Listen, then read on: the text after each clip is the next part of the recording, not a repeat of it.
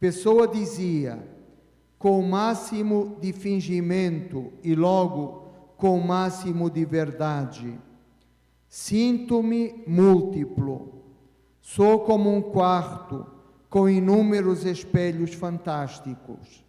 Sinto-me vários seres, sinto-me viver vidas alheias em mim incompletamente, como se o meu ser participasse de todos os homens. Um quinhão importante da lucidez abissal de Pessoa foi perceber isso, que nós somos obra dos outros, que os outros nos geram, nos permitem viver vidas outras, alheias, nos acessam inúmeros espelhos que permitem, por fim, chegar à consciência de nós próprios e à hermenêutica da nossa vida. Clarice Lispector, que tateou pela primeira vez aqui no Recife a sua e nossa felicidade clandestina, se lamentava que nunca lhe aconteciam milagres. Quando ouvia a outras pessoas a narração de milagres na primeira pessoa, ficava cheia de esperança, mas também de revolta, pois se perguntava: e por que não a mim? Certo dia, caminhava pela rua e sentiu-se escolhida por uma folha. Isso apenas, uma folha que entre os milhões de possibilidades veio lentamente rodopiando e bateu ao de leve nas suas pestanas. Naquele momento, Clarice achou que Deus possuía uma infinita e consoladora delicadeza. No texto que escreveu e que se intitula O Milagre das Folhas, a autora explica que mesmo se não lhe acontecesse outro milagre, este das folhas se repetia tanto que ela passou a se considerar a escolhida das folhas. Se pensarmos bem, cada um de nós é o escolhido. Entre os milhões de possibilidades de não acontecer, aconteceu. Aconteceu o amor, a amizade e a confiança dos outros. Aconteceram os encontros que nos plasmaram, inaugurando horizontes que por nós mesmos talvez não chegássemos a vislumbrar.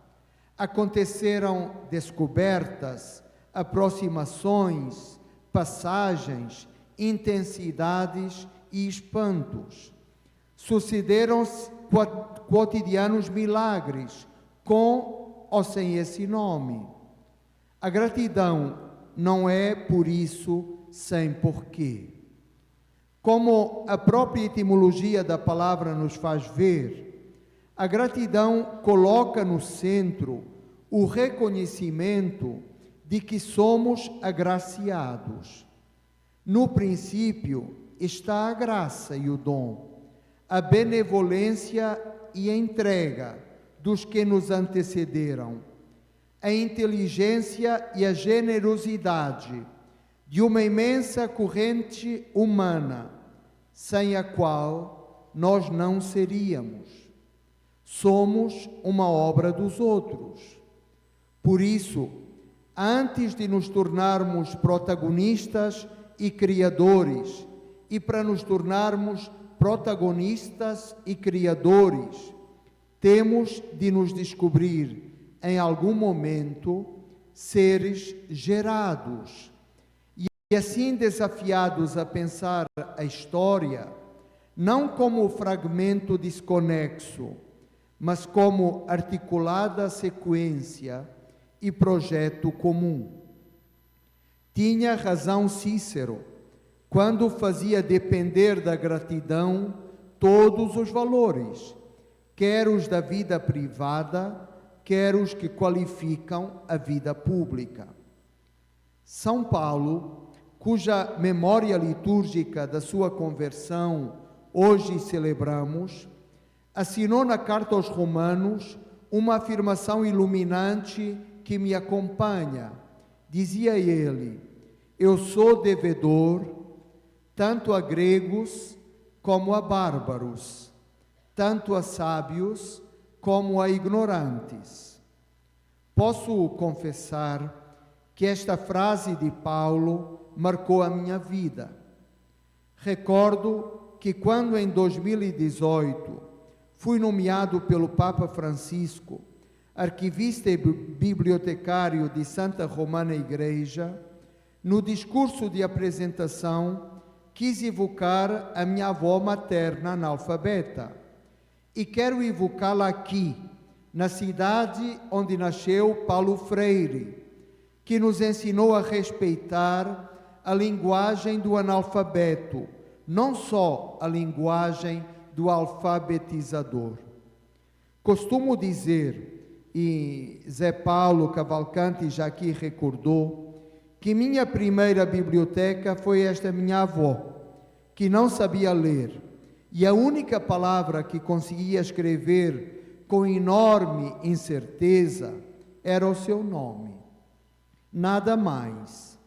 Mas conservava na cabeça todo um repertório de literatura oral, com seus enredos complexíssimos e maravilhosos. Os romances tradicionais, as formas de poesia popular, que não se cansava de transmitir aos netos. Para ela, a arte de contar uma história era um facto normal e necessário, como todas as outras atividades do seu dia. Com minha avó analfabeta, aprendi aquilo que os meus anos de estudo confirmaram mais tarde, que a palavra é inseparável da voz humana, que todos os textos do mundo se preservam nos vestígios de uma voz, que a literatura nada mais é do que uma fantástica concha acústica, na qual podemos encontrar a interminável conversa que os seres humanos mantêm entre si e consigo próprios, na qual podemos ouvir os seus solares assobios felizes ou o seu dilemático grito noturno. Pensando em minha avó, penso no tesouro de conhecimento que as vidas humildes transportam através do tempo, como naquele poema de Cora Coralina chamado Humildade. Senhor, fazei com que eu aceite minha pobreza tal como sempre foi, que não sinta o que não tenho, não lamente o que podia ter e se perdeu por caminhos errados e nunca mais voltou. Dai, Senhor, que minha humildade seja como a chuva desejada caindo mansa, longa noite escura numa terra sedenta e num telhado velho. Que eu possa agradecer a vós, minha cama estreita, minhas coisinhas pobres, minha casa de chão, pedras e tábuas remontadas, e ter sempre um feixe de lenha debaixo do meu fogão de taipa, e acender eu mesma o fogo alegre de minha casa na manhã de um novo dia que começa. Um universitário tem a obrigação de saber que São Paulo estava certo. Tanto a gregos como a bárbaros, tanto a sábios como a ignorantes, somos devedores. Devedores a todos, às bibliotecas universitárias e ao linguajar de trapos que chega da rua. A fala dos grandes mestres e às cantigas de embalar das nossas mães, às declarações dos eruditos e ao trabalho dos escondidos artesãos do cotidiano, devedores de todos. A maior parte dos 25 anos que passei como docente e investigador universitário foram dedicados ao estudo da epistolografia de São Paulo e por isso compreenderão a monumental dívida que isso representa para mim. Me permitam-me explicar então por que lhe sou devedor. Paulo de Tarso foi um dos homens mais inovadores e que mais ideias trouxe ao mundo. Uma percepção cultural hoje instalada não imagina que se possa associar ao campo do religioso a responsabilidade por ideias que fizeram objetivamente avançar o mundo em tantos campos, para lá daquele especificamente religioso. A verdade é que um pensador como Paulo interessa a todos, crentes e não crentes, nem que seja porque é impossível compreender a nossa história moderna do ponto de vista da espiritualidade, da filosofia, da teoria política, dos estudos de cultura, sem o impacto da sua palavra. Por isso, conhecermos São Paulo é também conhecermos melhor a nós próprios. No mundo das cidades greco-romanas, onde os homens são desiguais por nascimento e onde os grupos sociais parecem separados por fronteiras raramente ultrapassáveis, o cristianismo podia oferecer a cada um uma nova consciência de si e a solidariedade real e simbólica de uma presença comum. E podia fazer isto com as possibilidades de impacto e alcance de uma mensagem escrita. E Paulo foi o primeiro autor cristão. Possuímos de Paulo várias cartas, e há um consenso em considerá-las os primeiros escritos cristãos que chegaram até nós.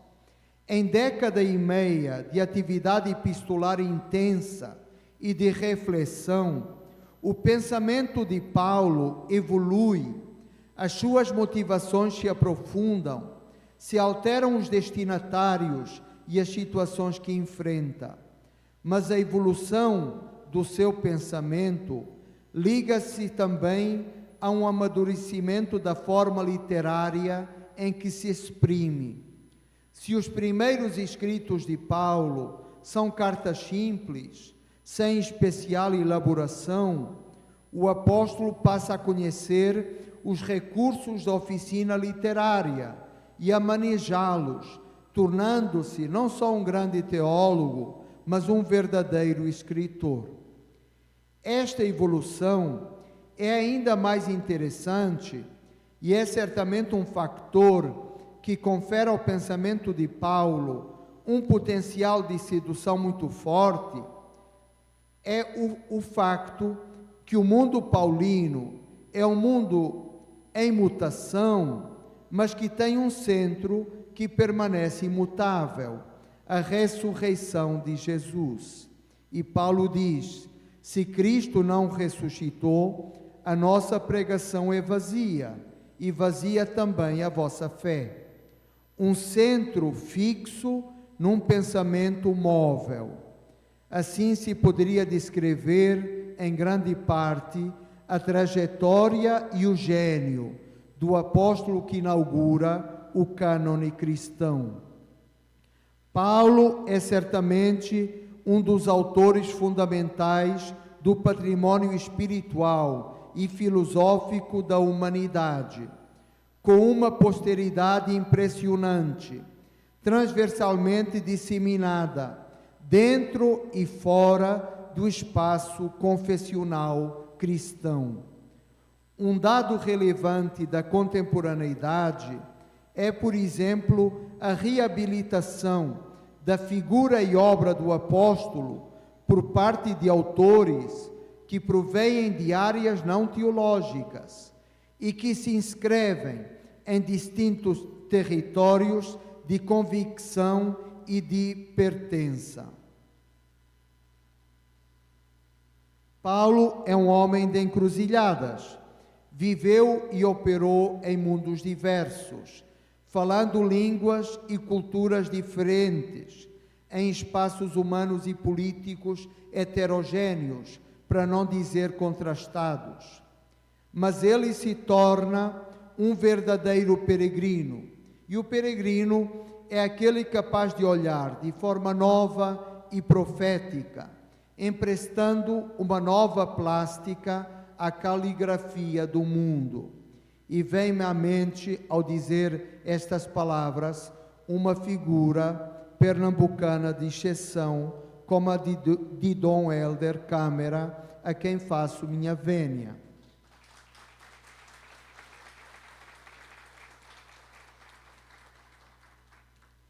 Com Paulo, nós percebemos que é a própria experiência cristã que peregrina, é a própria experiência cristã que viaja. Como não lhe ser grato? Um autor como São Tomás de Aquino, e aproximo-me do final, que muito pensou filosoficamente o que representa a gratidão, explicava que o seu caminho, o caminho da gratidão, tem 3 etapas. A primeira etapa é que o beneficiário reconheça o bem recebido, e quero aqui reconhecer. A segunda é que o beneficiário expresse claramente a sua gratidão, manifestando-a sob a forma de encômio ou de louvor. Mas a gratidão não termina aí. A gratidão tem uma terceira etapa, quer dizer, só se realiza efetivamente com o assumir de uma responsabilidade. Quem é agraciado tem o dever de restituir o bem recebido e dá-lo a outros, segundo as possibilidades e as circunstâncias. A consciência assim vital de que somos agraciados vincula-nos seriamente à devolução da graça. Isso mesmo, nós, lusófonos, falantes desta pátria que é a língua portuguesa, isso mesmo nós dizemos com a palavra obrigado. Essa é, na verdade, uma singularidade da nossa língua comum.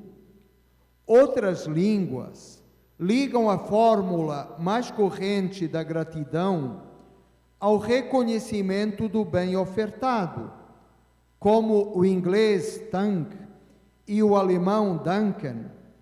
Outras ainda, e são talvez a maioria, associam a gratidão ao louvor por um bem ou por um serviço recebidos. E isso vemos desde o árabe ao castelhano. Mas o português é uma das poucas línguas em que a fórmula corrente de gratidão alude também à responsabilidade de restituir. Ao dizer obrigado, assumimos que ficamos obligados.